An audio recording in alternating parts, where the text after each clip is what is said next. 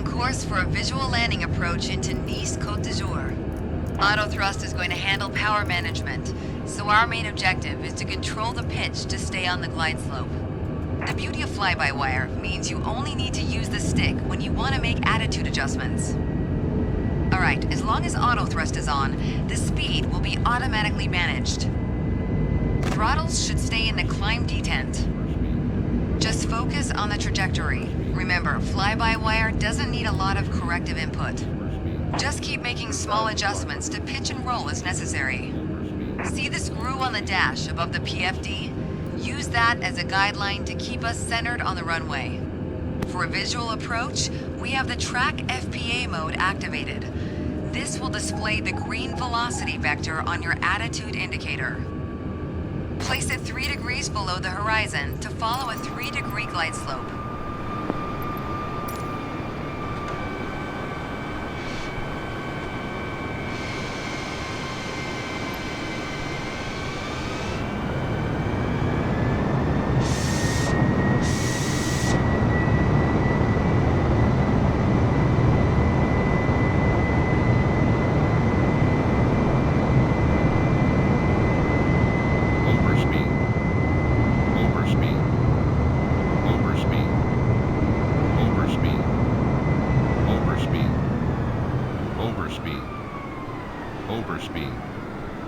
Overspeed.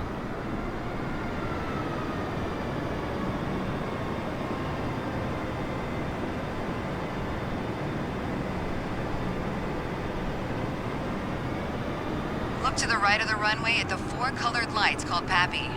They'll give feedback to stay within a 3-degree glide slope all the way down. If the PAPI shows 2 white lights and 2 reds, then we're on target. 4 white lights means we're too high. 4 red means we're too low. At 20 feet, pull back on the stick to kiss the runway, but be careful to avoid a tail strike. Overspeed. Overspeed. Overspeed. Overspeed.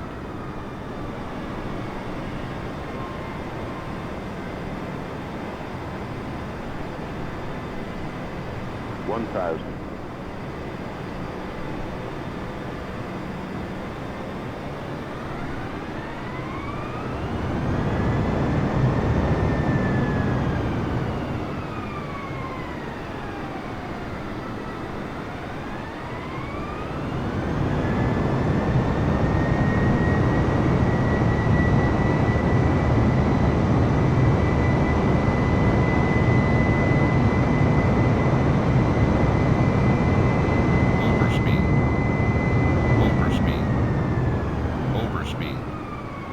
Overspeed.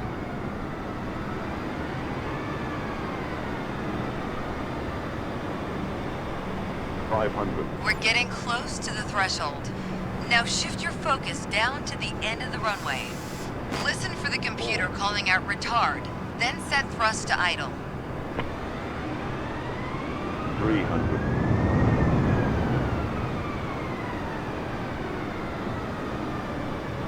200. 100. 60. 40. Time to flare.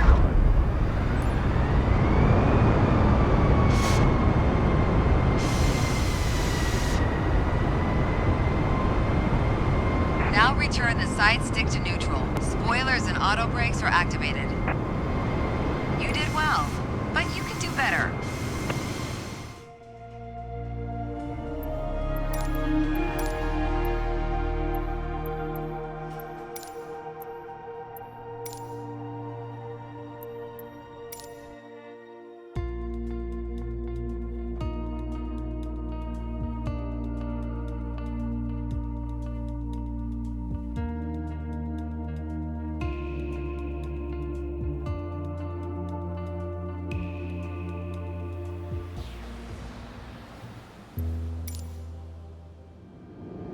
Perfect weather for a flight out of Nice Côte d'Azur, don't you think? We're on runway 22 left, and we're cleared for takeoff.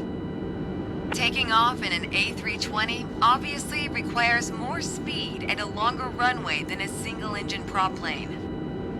But luckily, we have some extra tools at our disposal to make the job a little easier once we're airborne. For starters, the autothrust manages engine power to maintain a target airspeed. Autopilot will keep us on track with navigation. And the fly-by-wire system lets us maintain a consistent attitude without needing to make constant adjustments. When I give the word, you're going to execute a straight-out takeoff. After you complete the initial climb, I'll take the controls. But first, check the MCDU for our reference speeds. I already typed in today's numbers.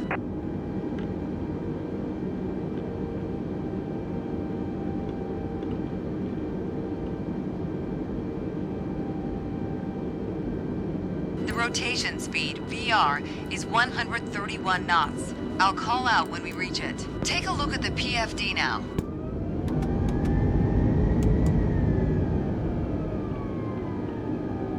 Then, once we hit VR, you just need to begin a gentle rotation by pulling back on the side stick. Don't exceed 10 degrees until you've lifted off. Next, let's review the thrust levers. We need to be aware of 3 different detents. Use the climb detent labeled CL on your throttle to automatically manage the thrust for the remainder of the flight. Toga to take off at full power on short runways or when performing a go-around. And for today, FLX MCT for a reduced thrust takeoff. We reduce thrust at takeoff to preserve our engine life and save fuel. Now let's monitor the engine parameters. As you can see on the engine warning and system display, I applied the parking brakes earlier. Okay, we're ready to go. Apply half forward side stick. Then move both thrust levers gently forward to 50% N1.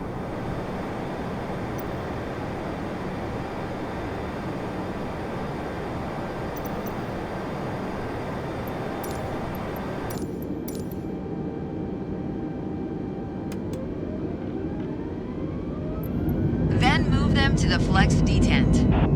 Okay, now the auto thrust is armed. Use the rudder to keep us on the center line.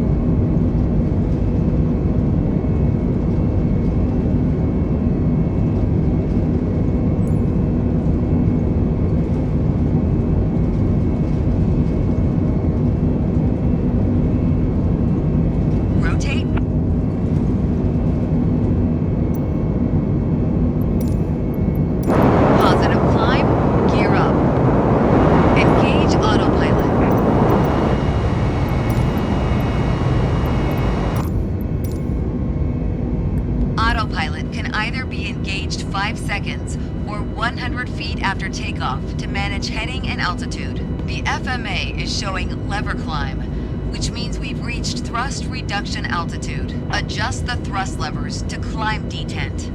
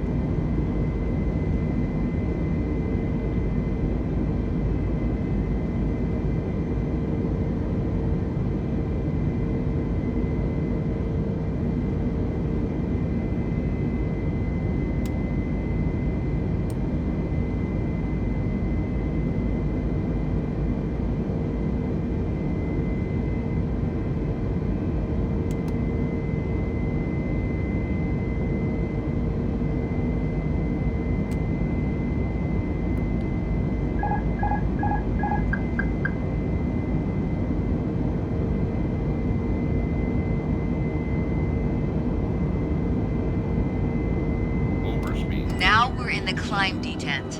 Auto thrust is active and will manage airspeed by adjusting the power. At S speed, retract flaps to 0. Disarm ground spoilers. That was excellent.